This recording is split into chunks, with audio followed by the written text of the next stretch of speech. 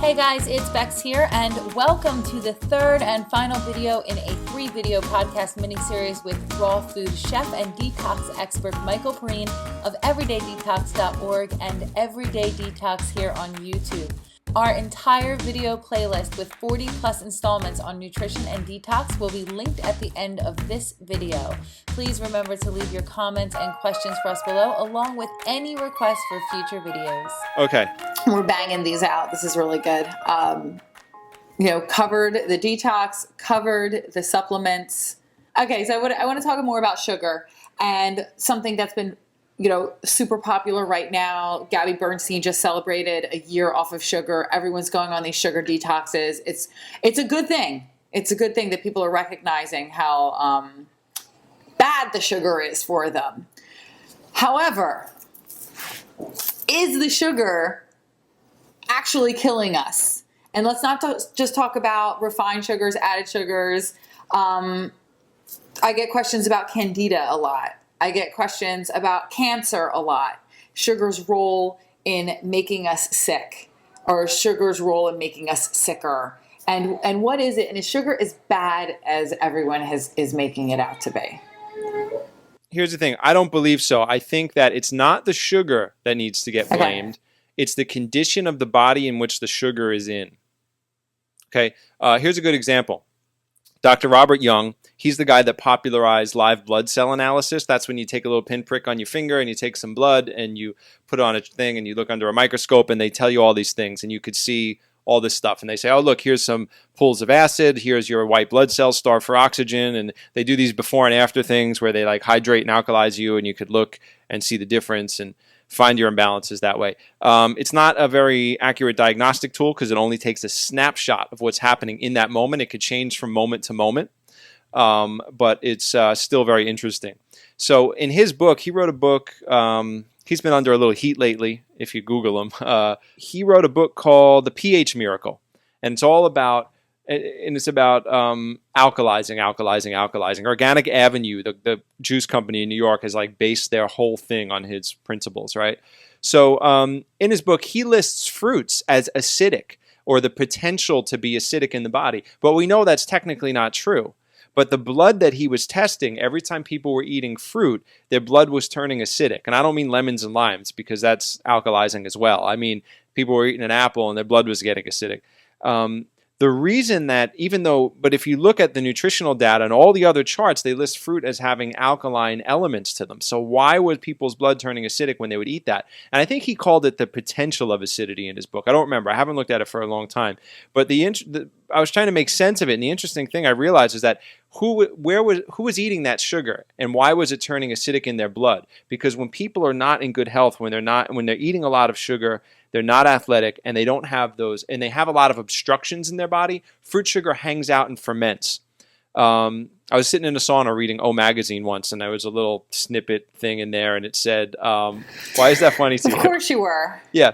I don't know. That's what was there, O Magazine. So I love Oprah anyway, but I don't usually read O Magazine. I did not know that, actually. Oh, yeah. I have her DVD collection, the 25th anniversary and everything. Yeah.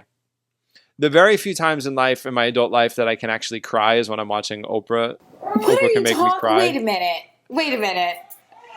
I don't want to get off topic because we're making this video and I only have a limited amount of time. And the baby, I don't know if you could hear, but she's grunting in the background. What? Yeah, I think Oprah's wonderful. But who wouldn't think Oprah's wonderful? There's a lot of people who don't like Oprah. Are you kidding me? Really? Why? I'm not going to get into it. Yeah, like Oprah. I like what Oprah's done. I have, great respect for her as, a businesswoman and someone who uses her business for good. But wow, that's hysterical. I don't know. I've never known her to do anything I don't know if bad I could talk about sugar anymore. Huh? What? I don't know if I could talk about sugar, but go ahead. Go into your sauna, Oprah magazine. And basically the same thing that Dr. Doug Graham is saying with his 80-10-10 diet is, I forgot which university it was. I have the clip somewhere. I could send it to you. I took a photo of that, or I ripped it out or something and scanned it. Anyway, it said, it talked about how the higher the fat that we eat when we eat sugar, the longer the sugar sits around in the blood. And if the sugar is sitting in the blood for too long, what's going to happen is it's going to ferment. And it could ferment from candida which naturally exists in everyone's bodies. And if most people are eating high-fat diets with sugar, which they do, I'm a little guilty of that too. I eat a lot of raw desserts and stuff like that. But when you're having sugar stagnate in your blood, either from being inactive and not burning it quickly enough, or eating a lot of fat with your sugar, you can start to develop yeast problems. You can start to have overgrowth of candida. It can be in the blood, it can be in the intestines, it could be in other areas of the body where we grow yeast, and it could show up in a lot of different ways. So it becomes a problem. And once you have that overgrowth, it gets tricky. Candida overgrowth can also happen from stress, trauma, and heavy antibiotic use and different medications that really upset the balance of probiotics in the intestines and in other orifices of the body, and then you have the problem of candida overgrowing. And that's one of the major problems with sugar with people is the yeast and the fungus. Getting out of that is a whole other conversation, getting out of the candida thing. Yeah.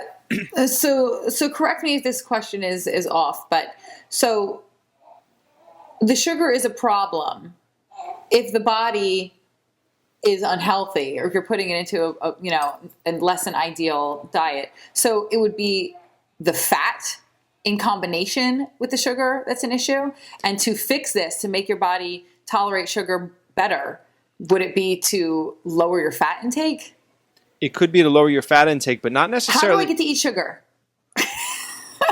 Eat natural sugars and make sure your elimination is high and you're athletic. That's the simple answer for most people. But here's the thing. We'll talk about some advanced stuff for just a second. Dr. Bishie and Gil Jacobs, when I was a youngin' and I was like sort of still working. Well, I still work with them, but when I was in the office all the time with Gil, I used to listen to these conversations about how in a perfectly clean body, which doesn't really exist in this world, but like in this perfectly pristine body, if you had all your passages open, no obstructions, and you're very open and clean, and you're using oxygen efficiently and have good circulation, that perfectly clean body could exist on a few sugar cubes a day with no cost to the body, because it's not going to ferment on anything. It's just going to be glucose, energy, done, and you're fine. When you start putting white sugar in a stagnated body, the glucose ferments and it becomes a problem. And in that process, you lose minerals. So you're actually, every time you eat white sugar, it's at a cost of your mineral reserves in your body. So that sounds crazy to me. But right. I'll Cleaner our bodies, the better, and more athletic we are, and more circulation we have, and more metabolically efficient we are, the better we're going to handle sugar. Yeah.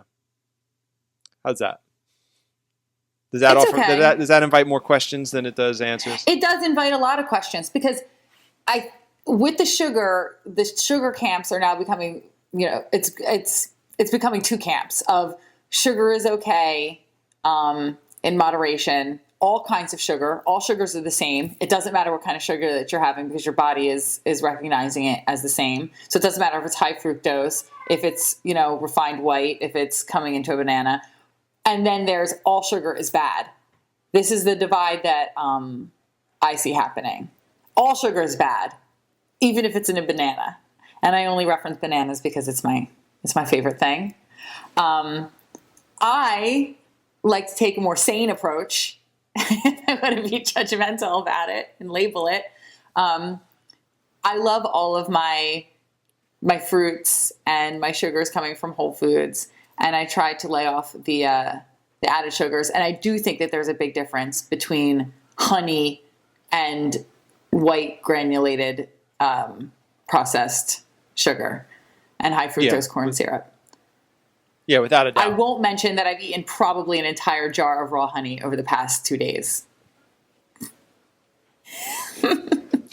And our bodies accommodate to what we do. And I look at what but people our bodies accommodate to what we do, but then you're going to have people saying, well, then I'm going to eat a lot of burgers and my body's just going to adjust and I'm going to be fine. It is going to adjust, but are they going to be fine, or are they going, there's people walking around right now going to work that smoke crack. There's stockbrokers and lawyers that are addicted to crack cocaine and they're still at work today. Are they fine, or did they adapt to what they do to maintain? We only maintain for a certain amount of time. The people that tend to do really well, and that I know in my life, especially as they get older, like Dr. Bishie is 86, Gil Jacobs is in his 50s now, still look very good. and they have a lot of vitality. I look at So myself. give me the top three sources of sugar. What's that? The top three? Yeah. Fruit, maple syrup, raw honey. I think those are the highest quality sugars that we can probably have. Fruit first for me, absolutely. So the hashtag is maple syrup on everything. I think so. You know what's interesting? Maple syrup is a cooked sugar. It takes 40 gallons of syrup, of sap, to make 1 gallon of syrup. That's why it's so expensive, and it comes very slowly out of these trees. And it's a very special product. It has a good mineral concentration.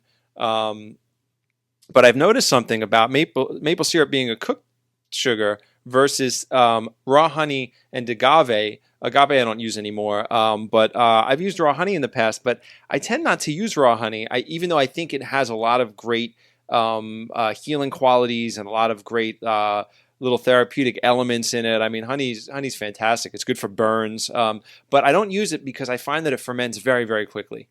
Like if I don't eat it alone, or just have a cup of tea with honey, like on an empty stomach, if I somehow mix it into a dessert or something like that, I just find it's gas city, and I just go, maple syrup is much less, or dates is much less. Is that what's happening to me? Is that what's happening to you? I don't know, because yeah. Oh, well, whenever we mix sugars up with a little food. For a second. No, I have had the worst gas. And I cannot figure it out. I'm like, this is terrible. What am I doing? You're fermenting sugar in your gut is what you're doing. Could it be the jar of raw honey that I've eaten? Hey, here's something. This is about every time we watch the videos back, I go, oh, I should have mentioned that. You're saying, what's the problem with sugar? When people mix sugars into foods, or don't properly food combine with sugars, it becomes a problem. So that's, it's going to cause gas and alcohol. It's going to cause people to gain weight, to feel puffy, to have gas, to not feel well. So, that's been how I sent my son to private school, fixing that problem for many New York City women. What did I do to myself? I'm scooping it out, these giant heaping spoonfuls. Which is great delicious. First thing in the morning. It tastes delicious. I've been doing it all day long. But that's really hysterical that I couldn't figure it out. So thank you for that. Treat raw honey like fruit. Have it with fruit, have it with greens, have it on its own, have it in tea. Don't mix it up with foods, because it's just going to ferment. And it's so bioactive, that raw honey. I don't know what it is about it, but it's just bubbles up. The moment it gets held in that warm temperature in the body and doesn't get absorbed and used, it just ferments. So I don't use it. Very quickly, just because you brought it up, agave. Yeah. Very popular. Then hearing some not great things about it. What's your take on agave syrup? I think it's fine. I don't think it's a problem. I don't like to use it because of that honey thing that I just mentioned. I find that it has the same thing. It just creates a lot of gas, and so I don't use it. And I like maple syrup, so I use that. I find it's a little more calm in my body. But agave, I don't really think it's a big problem. I know they say, oh, it's just like corn syrup. It's if molecularly it's like this and that.